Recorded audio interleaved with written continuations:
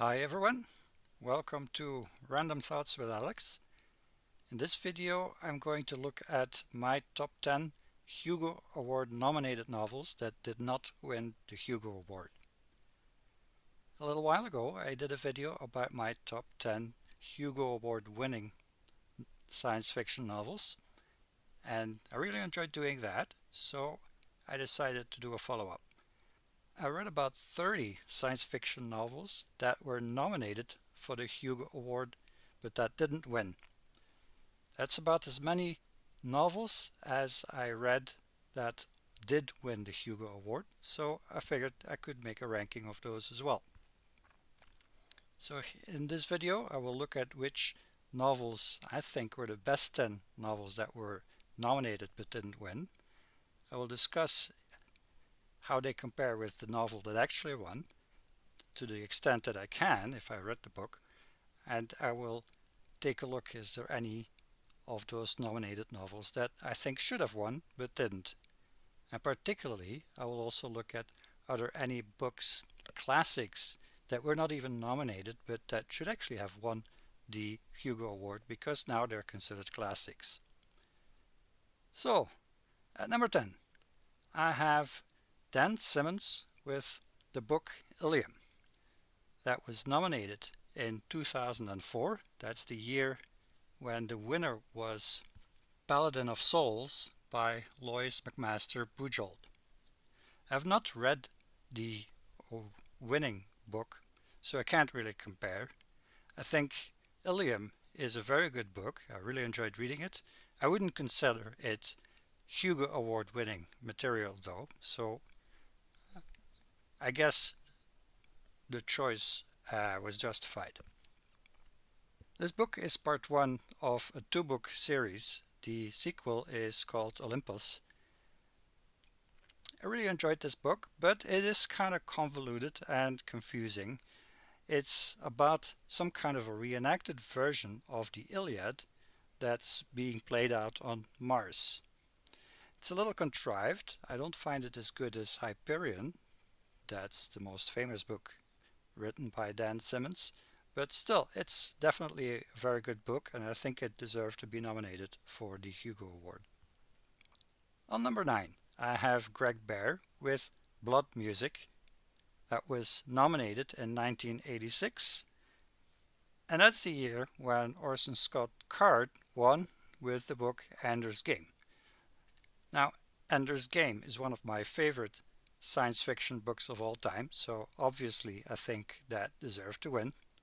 I think Blood Music is a very good book that deserved to be nominated. I don't think it was quite up to the level of an award-winning book. It's about a smart microscopic organism that's created in a lab and that escapes and that transforms the world. The way I look at this book, I see it as some kind of a prelude to a book that I'm going to talk about later. So I'm not going to say anything further about that, but it will become clear later on what I mean by that.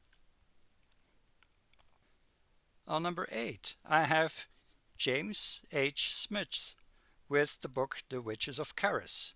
That's a book that was nominated in 1967.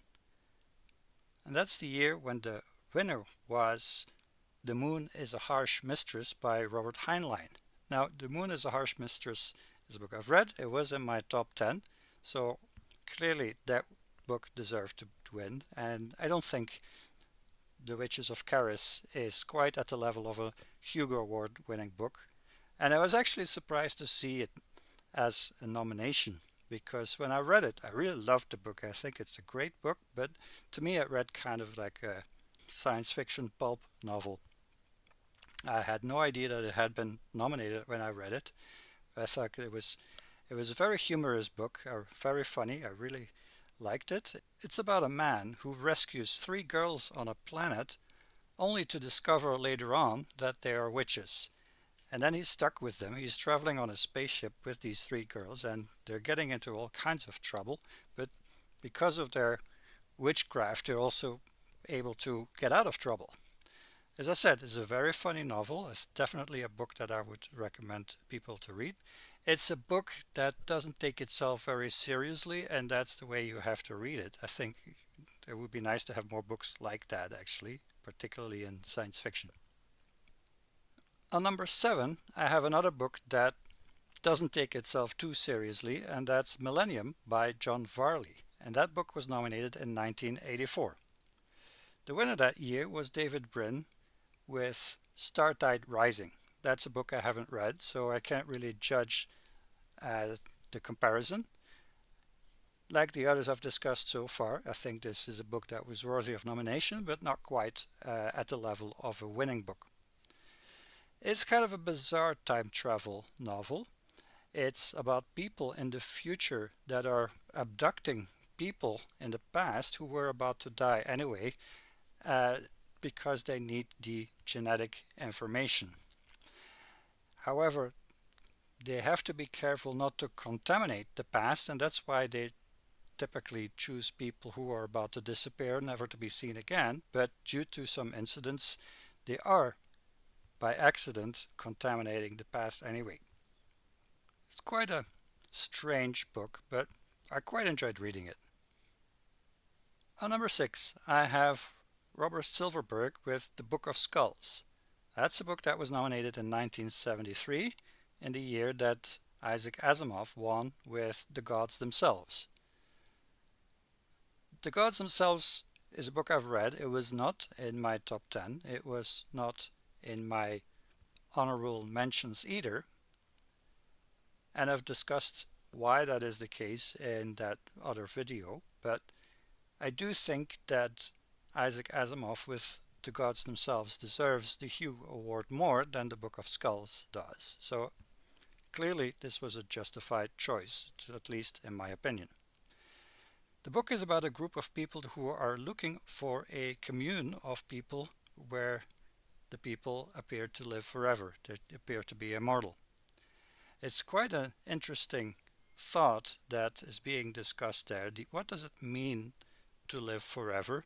What does it mean to be immortal? Does it mean that you're not actually really living? That's the way I read that book. It's like, yeah, if there is a path to being immortal, well, then you're not okay. You're not dying, but you're not really living either. Dying, in other words, is part of living. It's kind of a very deep philosophical novel in that sense. I thought it was a really interesting book. On number 5, we have quite an interesting book. We have Kurt Vonnegut with Slaughterhouse-Five. That's a book that was nominated in 1970, the year that Ursula Le Guin won with The Left Hand of Darkness. I've mentioned The Left Hand of Darkness in my previous video when I talked about Ann Leckie and ancillary justice.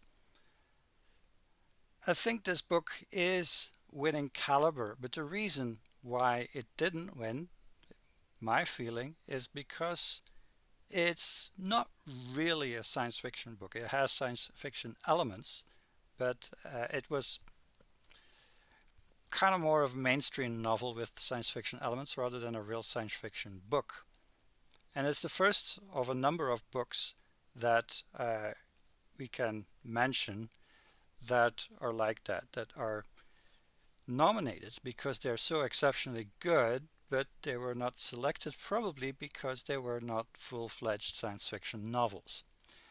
By the way, I do think that Ursula Le Guin deserved to win with The Left Hand of Darkness. It's not my favorite book, but the ideas are very thought-provoking. They were way ahead of their time. As an experimental novel, it was quite a good one. So what is Slaughterhouse-Five about? It's about a lot of things really, but the main theme is the bombing of Dresden at the end of the Second World War, and that's an event that Kurt Vonnegut experienced himself. So he's speaking out of his own experience here, and the way he approaches that topic is quite unique. On number 4, I have James S.A. Corey with Leviathan Wakes. That's a book that was nominated in 2012 and that did not win the award. The winner that year is Joe Walton with Among Others. That's a book I didn't read, so I can't really judge which one is better. I do feel that Leviathan Wakes is turning into a real classic series. And in that sense, I think I would have liked to see it win the Hugo Award because it is definitely the kind of book that deserves to win. And that I don't want to take away from the person who did win. There may be good reasons for that book to win as well. So this book is about an interstellar visitor that contains a molecule that is a strong mutagen that turns everything biological that it meets into something very dangerous and very contagious.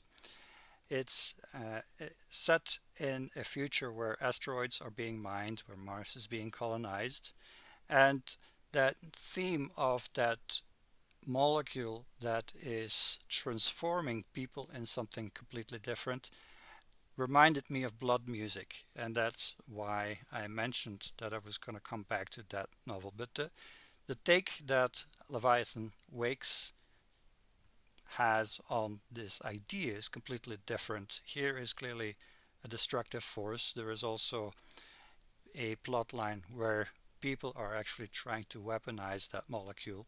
So here it's seen as more as a negative rather than a positive. But the series is obviously very famous with the TV series that's built on it, and I think that it would have been a worthy winner of the Hugo Award. We're getting to the top three now, so let's see, what do I have on number three? On number three, I have Arthur C. Clarke with Childhood's End. That book won in 1954. Actually, it won recently, but it's a book that was published in 1954. It's one of the retroactive awards that are being granted now more recently. So the Hugo Award is going back in time to see which books they missed because there was no award yet in that time. So the winner of the retroactive award for 1954 is Ray Bradbury with Fahrenheit 451.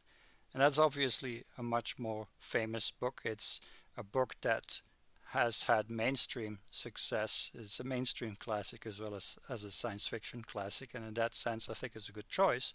But I do think that Arthur C. Clarke with Childhood's End is one of my favorite books. I think it deserved to win, but not every book can win, obviously. So what is it about? It's about an alien starship that arrives and starts running the Earth with the purpose of bringing humanity to the next level. And that's what the title refers to, Childhood's End. This is the end of the childhood of humanity. It's time for humanity to grow up and reach the next stage in its civilization. It's a very thought-provoking book, very interesting book. I really enjoyed reading that. I think it's definitely it should be considered a classic in science fiction. On number two, I have Neil Stephenson with Cryptonomicon. That's a book that was nominated in 2000 but didn't win. The winner that year was Werner Vinge with A Deepness in the Sky. That's a book that was in my top 10 in my previous video. So I think A Deepness in the Sky won for good reasons, even though I think Cryptonomicon is actually a better book than A Deepness in the Sky. But Cryptonomicon is one of those books that it's more mainstream than real science fiction. In that sense, I think it makes sense that it didn't win. So this is the second book that made it to the nomination because it's such an outstanding book, but it didn't win because it was not a full-fledged science fiction novel, whereas Werner Vinge's book obviously is. This book is situated at two levels. One level is World War II, where the war is being fought out at the level of cryptography, with Nazi Germany and the Allied forces trying to decode each other's encrypted messages. And then at the same time there is a plot line that's happening in the present where a cryptocurrency is being created. Now note the time of this book. It was nominated in 2000 at a time when there were no cryptocurrencies, and that's where the science fiction element comes in. Back then a cryptocurrency was science fiction. Now it's something that really exists. So that's, I think, is a really important book in the sense that it was way ahead of its time. It foresaw things that would happen later. They didn't happen quite the way Neil Stephenson describes them, but it saw the future before it was happening. And there's not a lot of books that do it to that extent. So in that sense, it would have been a worthy winner. But as I said, it's not a full-fledged science fiction novel. So before we go to number one, let's see what are the books that I think were missed in the Hugo Award. I've already mentioned Leviathan Wakes. I think that's a book that should be a Hugo Award winner. What are some other books? I think Greg Bear with the book Eon is a book that really should have won. It wasn't even nominated, which is surprising. Eon, in my opinion, is kind of a classic. It's the first book in a series. It's about a asteroid that is being explored by humans, and it's hollow on the inside. And on the inside, it's actually infinite in size, even though the asteroid obviously is not infinite in size.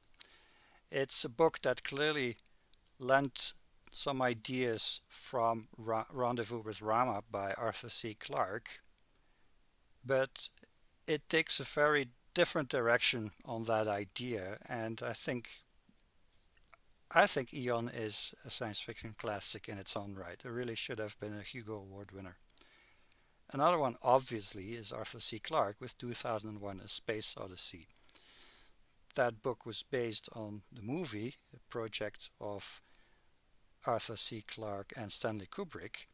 And there is clearly, when you look at the book and at the movie, there's clearly a dichotomy between the way Arthur C. Clarke sees the future and science fiction versus how Stanley Kubrick sees it. Arthur C. Clarke is more the optimistic person who looks at the future as humanity growing up and being something more than what it is now. Just look at Childhood's End, as I just discussed. Whereas Stanley Kubrick, on the other hand, sees the downside. He sees this computer that becomes sentient and that rebels against humanity and tries to kill people. So, two very contradicting viewpoints, but the way they're brought together is quite interesting. And maybe it does make the book a little disjointed, but I think it is a classic. It should have won the Hugo Award. So, for number one, can you guess what is my number one? If you have a guess, maybe put it in the comments and then we can compare with my actual winner. I would be very surprised if anyone can guess what is my number one Hugo Award nominated book that didn't win. Here it is. Herman Hesse with The Glass Bead Game. It's a retroactive Hugo Award nomination for 1944. And that's the year for which the book Conjure Wife by Fritz Leiber was chosen. I haven't read that book, so I can't make a comparison. This is, again, a book that I think was nominated but didn't win because it's not a full-fledged science fiction novel. Actually, I don't really see it as a science fiction novel at all. In this book, the main character, Josef Knecht, grows up in a strange land that is dominated by a pseudo-religious order devoted to the writing of deep philosophical essays. And they do this in the context of a kind of a game, a contest that is called the Glass Bead Game. And he grows up to become the leader of the game, and his title is Magister Ludi, which is Latin for Master of the Game. It was a book that I have identified with quite strongly when I read it. To me, it feels like I've lived through this book 2 or 3 times. So I could kind of see where Herman Hesse was going with this book. And I think in this book, he was successful where he was not successful in other books that are well known, like, for instance, Siddhartha or Steppenwolf. these books, I mean, they're very good. I enjoyed both of those books, but he didn't quite reach the message that he wanted to put into those books, but he was successful in the Glass Bead game. To me, the idea of this book is it's kind of a path to wisdom, but with a twist. I'm not going to say too much about that. You'll have to read it to see what I mean by that. But I think that very few people have a good understanding of what this book is about. To me, it just came very natural because I could easily identify with the main character and what's going through his head. And to me, the way the book ended was, I mean, not the final ending, but the plot twists that comes towards the end was kind of made a lot of sense to me. That's it. That's my top 10 Hugo Award nominated novels that didn't win the Hugo Award. I hope you liked this video. If you did, please like and subscribe, and I'll see you in the next video.